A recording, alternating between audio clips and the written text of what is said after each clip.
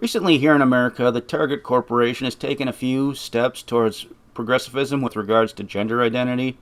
Among them has been the company's decision to allow transgender individuals to use the bathroom of their choice.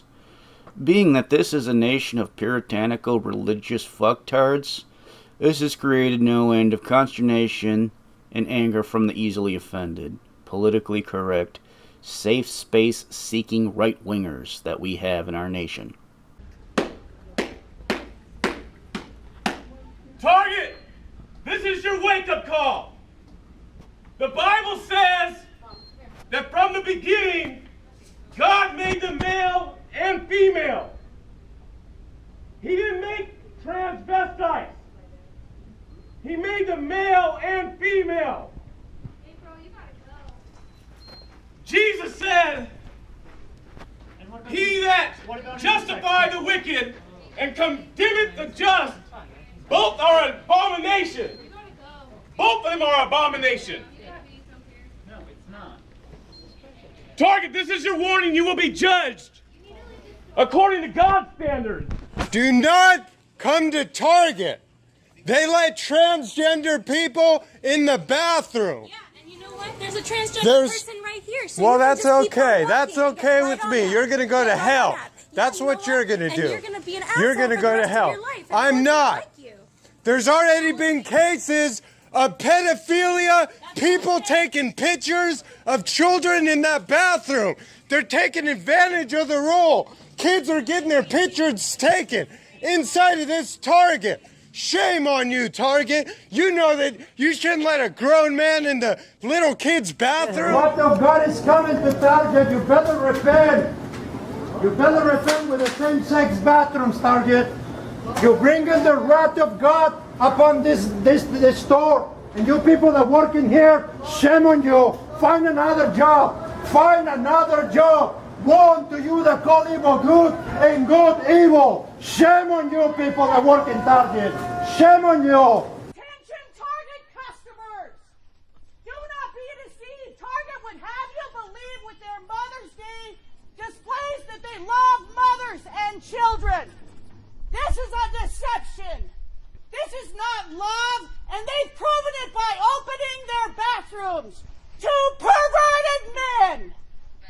I am a mother of 12, and I'm very disgusted by this wicked practice. Target does not protect mothers and children. Mothers, get your children out of this store. Mothers, have enough decency to get out of this store. It's a dangerous place. This is not loving. What Target has done is very hateful. It's hateful towards families. It's hateful towards mothers. It's hateful towards children. America, when are you going to wake up? When are you going to stand up for the right things, America? Are you going to let the devil rape your children, America? With these new restroom policies, we have also seen the inevitable claims that God's wrath is or will soon be upon us. Just as we heard it after the legalization of birth control, just as we heard it after the Supreme Court decided Roe versus Wade, just as we heard it after the no-fault divorce revolution in the 50s and 60s, or when mandatory prayer was removed from public schools, or when Massachusetts became the first state to legalize gay marriage, or last year when the Supreme Court decided that prohibition of same-sex marriage was illegal, time and time again in the country, we've drifted towards what they call wickedness. And our collapse, our demise, and punishment from on high has been predicted as imminent. Not only is it going to come any day now, but the punishment is deserved, and God's wrath is righteous. Yet it remains constantly, incessantly absent. Rather than being visited by God's wrath, we actually seem to be arguably better off than we've ever been. Despite Washington, D.C. being at unprecedented levels of dysfunction, the country is doing great. We remain the strongest nation in the world militarily. We remain the richest nation in the world financially. Sure, some of that wealth may be concentrated in too few hands, but the wealth is still there. Our influence continues to bleed into the entire world, regardless of how remote and meaningless that area seems to be. As far as crime and disease go, we're arguably at the safest we've ever been. polio, measles gone, pretty much eradicated, despite anti-vaxxers' best efforts to bring them back.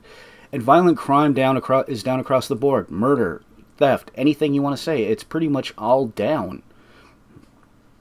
We've had some rough moments, no doubt about it, from natural disasters, Hurricane Katrina and Mount St. Helens. We've had human assholes like 9/11 and Oklahoma City fuck us up a little bit. There have been some difficult moments, but in the moments we just get up, dust ourselves off, and eventually get back to continuing on without much of an issue. I watch so many of these videos and can't help but wonder if the vitriol and anger over something as meaningless and inconsequential as some random company's bathroom policies, I can't help but think there might be something more than meets the eye to this. I've begun to think that the anger, demonstrations, and protests aren't based upon fear of God's anger and wrath. I've begun to wonder if this anger and screaming and frustration is due to God's vengeance not coming down upon us. I've begun to think that more than anything, they are upset that God's anger and wrath remains noticeably absent. No matter how wicked and unclean we act, no matter how far we stray from the path that they consider to be the moral one, our so-called blessings only seem to increase. So much of their lives and attitudes are based upon the impending doom and justified retribution of the Almighty that never seems to occur. Some are fond of saying that America has gone down the path of Sodom and Gomorrah, and we will soon meet a similar end. Last time I checked, though, nobody I know has been turned into fucking salt. I was just outside and noticed a distinct lack of fire and brimstone raining down from on high. It's almost like their God isn't listening, isn't watching, or maybe even isn't even there. Do they maybe need to make a scene in order to create an illusion of some form of divine consequences? Because the real ones, the actual divine consequences, the ones that they're always anticipating, never seem to show up. Is this perhaps just a sad attempt by desperate theists trying to justify their own fucking dogma? Let me know in the comments what you think. Please like, share, comment, subscribe. Thank you.